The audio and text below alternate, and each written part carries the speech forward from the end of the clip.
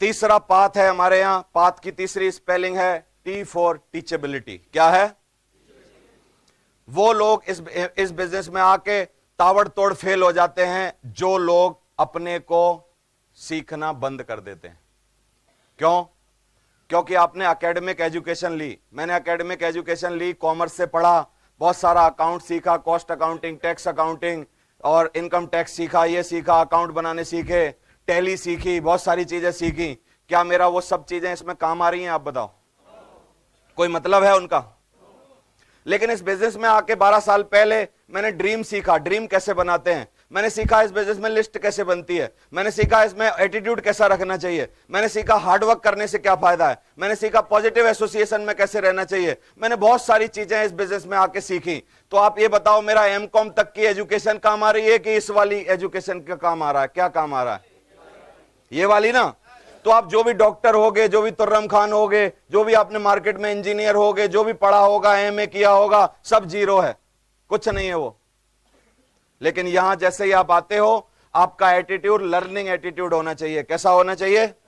सीखने की चाह आपके अंदर होनी चाहिए, नई चीज सीखने की। और कोई बच्चा भी सिखा रहा हो, शुक्रवार की ट्रेनिंग में हमारे यहां जब आप आओगे, मेरे अलावा काफी सारे बच्चे होंगे। कल हमारा अवधेश देगा ट्रेनिंग, ये अवधेश देगा, 22 साल 25 साल का लड़का, बहुत ही छोटा सा लड़का आपको ट्रेंड करेगा। बहुत सारे लोग 60 साल के बैठे होंगे, उनकी ईगो अलाउ ही नहीं करेगी उनको कि ये बच्चा हमको कुछ सिखा सकता है। बोलेंगे अरे ये क्या सिखाएगा, इससे ज्यादा जितना इसने दूध पिया है ना उतना तो पानी पी रखा हमने। समझ आ रहा है कि नहीं? लेकिन यहां वही आदमी इस बिजनेस में हीरो बनेगा। कौन? जो अपने को ऑलरेडी खाली करके आएगा।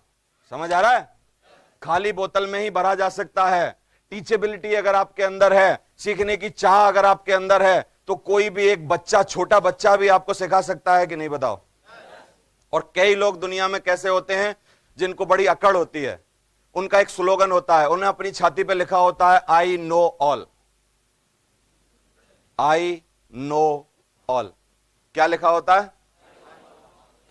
और वो बार बार बोलते हैं कि अरे मेरे को बताओगे, मेरे को सिखाओगे, ये सफेद बाल ऐसे ही नहीं हुए हैं, ये ऐसे ही नहीं हुआ है, ये अरे हमें बड़ा तजुर्बा है, अरे हम 40 साल का तजुर्बा, अरे हमें ये है, अरे हमें ये है। उनके लिए मेरा एक डायलॉग है, बताऊं क्या?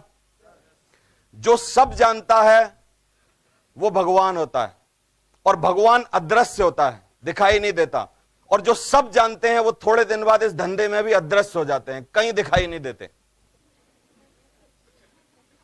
क्योंकि जो इतना जानते हैं उनकी जरूरत क्या है? यहां उनको लुप्त हो जाना चाहिए भगवान की तरह। वो सब लोग मेरी नजर में भगवान हैं जो बहुत कुछ जानते हैं, क्योंकि बहुत कुछ जानने वाले को हमेशा आदर की दृष्टि से देखना चाहिए। और वो कभी आपको किसी गली लुक्कड़ पे नहीं मिलेगा, क्योंकि आज तक भगवान के दर्शन नहीं हुए कभी भी।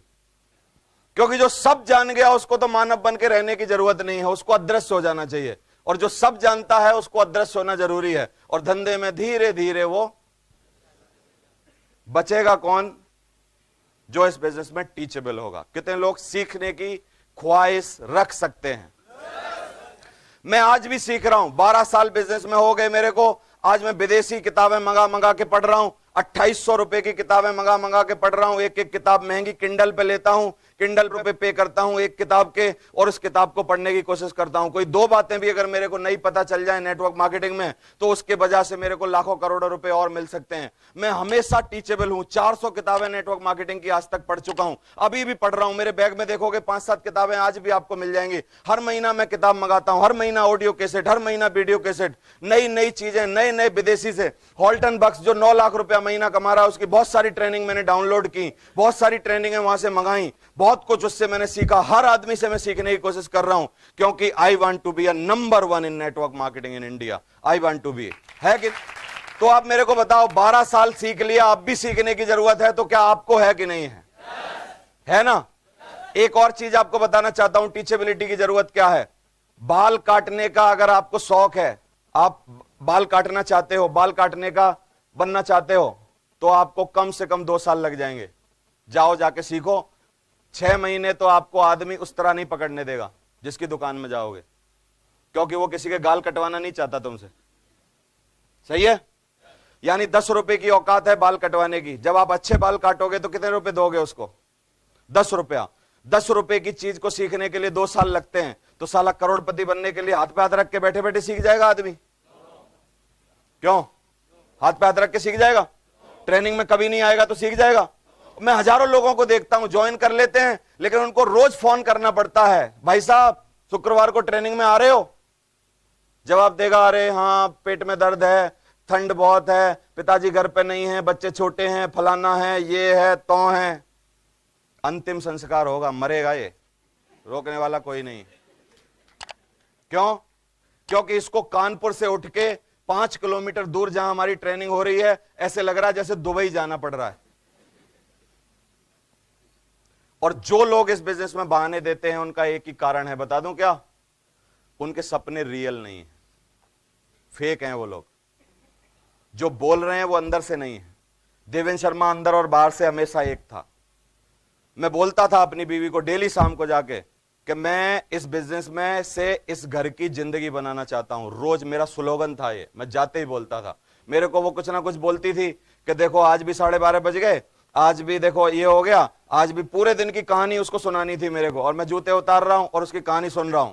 फिर मैं एक ही लाइन से उसका मुंह बंद करता था। एक ही लाइन थी मेरे पास, मैंने कहा तू जो बोल ले, मेरे को इस परिवार की जिंदगी बनानी है। समझ आ रहा है कि नहीं? तो मैं उसको जैसे ही आंख निकाल के बोलता था, उसको लगता था कि ये आदमी गलती मिल गया, अब ये मानेगा नहीं किसी की, भाई ये तो ऐसे ही करेगा।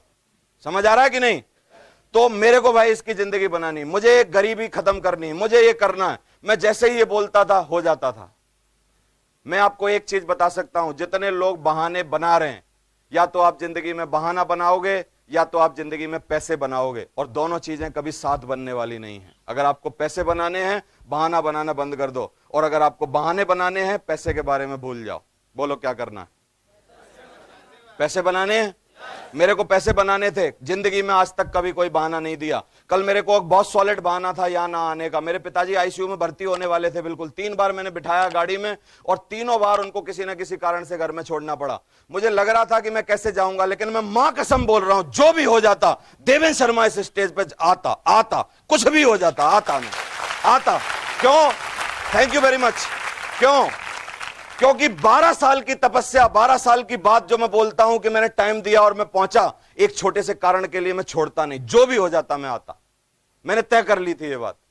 मैंने कहा ऐसा हो ही नहीं सकता कि मैं 1500 लोगों का विश्वास तोड़ दूं और उनकी टिकट छपी और मैं पहुंचू ना। जो हो जाता मैंने तय कर लिया था। मैंने कहा जो भी हो जाएगा, सबसे ज्यादा खराब होगा फिर भी मैं जाऊंगा, क्योंकि मेरे को जाना है, बहाना नहीं देना है, क्योंकि मेरे को पैसे बनाने हैं, ना कि बहाना बनाना है। समझ आ रहा है कि नहीं? छोटे छोटे सेलिब्रेशन में हम लोग विश्वास करते हैं। पड़ोसी के यहां केक क्या कटता है, हम लोग 4 घंटा अपना धंधा छोड़ देते हैं, बार बार पूछते हैं हाँ हो गया क्या टाइम, हाँ कब कटेगा केक। छोटे छोटे बर्थडे, छोटी छोटी पार्टियां, छोटी छोटी चीजें, हम छोटे सेलिब्रेशन छोड़ना नहीं चाहते जिंदगी के। लेकिन एक बात मेरी नजर से समझ लो, मेरा एटीट्यूड है ये, जिंदगी के छोटे सेलिब्रेशन छोड़ दो, एक दिन आपकी जिंदगी पूरी की पूरी हर दिन सेलिब्रेशन हो जाएगी मेरी तरह। और छोटे सेलिब्रेशन में फंसे रहे तो जिंदगी भर दूसरे के केक पे मोहताज रहना पड़ेगा, दूसरे की दावत पे मोहताज रहना पड़ेगा साला, दूसरे की दावत पे। समझ आ रहा है?